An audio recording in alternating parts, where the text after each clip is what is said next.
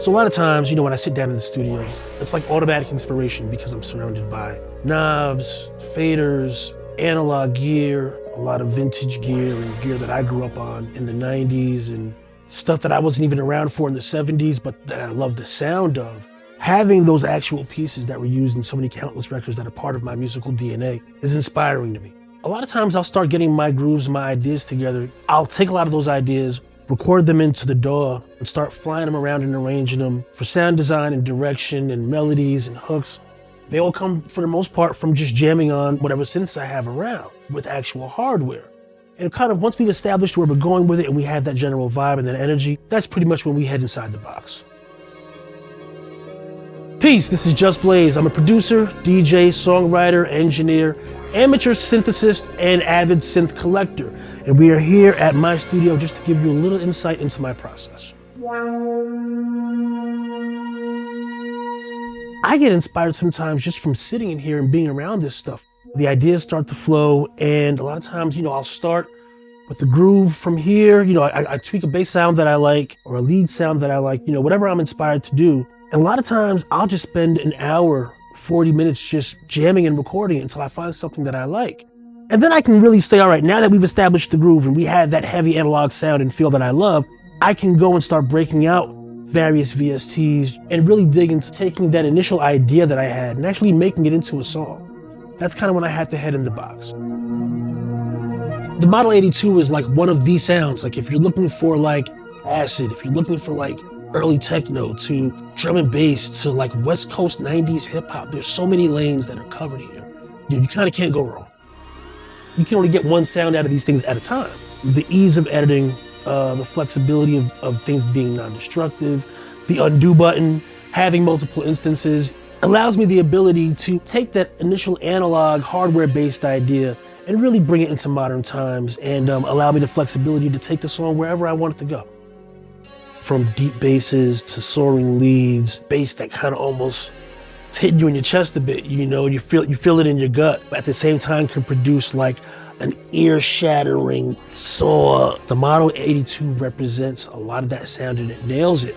But it also gives you modern features like the doubling option. It's almost like a chorusing effect almost, or the drive to give it that extra bit of dirt and distortion. Again, taking analog roots and giving them modern sensibilities.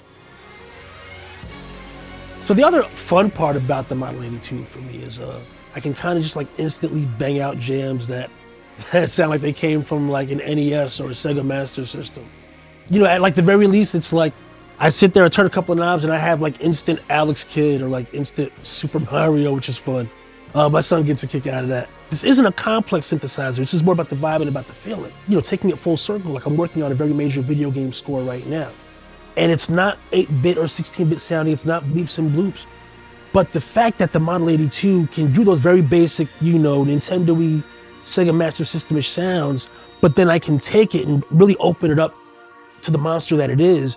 And in the midst of the score that I'm working on, which has like 20-piece brass sections and 16-piece string sections and full-on choirs, but then I'm pulling the sub and all the low frequencies out of this thing to really give it that rumble. And it's not like an obvious bleepy, squelchy electronic rumble. It's just pure sub bass that you feel down here. It's a beautiful contrast between these traditional orchestral elements, the drum programming that's kind of more so based in hip hop, that's accompanying these traditional instruments, and then the low end and the leads that I'm getting from this thing.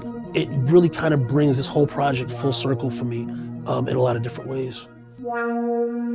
In the 80s, you saw a lot of synthesizers that were created and rejected by musicians at the time for various reasons. Whether they were too basic, didn't appeal to them, didn't sound realistic enough, and quickly hit the discount bins and sale racks. And a lot of these machines were scooped up by aspiring musicians who probably didn't have a lot of money, didn't have a lot of access, and they were buying these machines for $20, $30, $40. Those same musicians in the early 90s created entire new genres and sounds based on these machines because that was all they had access to. And the great thing about where we're at with software right now is for people who can't afford to spend $10,000 on a drum machine or $7,000 on a mono synth, we are getting to the age where we have truly accurate, faithful reproductions of these synthesizers, and they're accessible to everybody. You have people who for the last 25 years have known me as a hip hop producer. You have a whole other audience of mine that pretty much just knows me as a DJ. And then I've done a lot of score work and composition over the years as well, which has really nothing to do with hip hop. Then I have the synth thing that I do. So I think what's most interesting about where I'm at now in my career and my life is that I have the ability and the tools to have all of these worlds coexist for me finally in one place. I don't have to wear various hats. I can wear all the hats at once, and it's a wonderful feeling.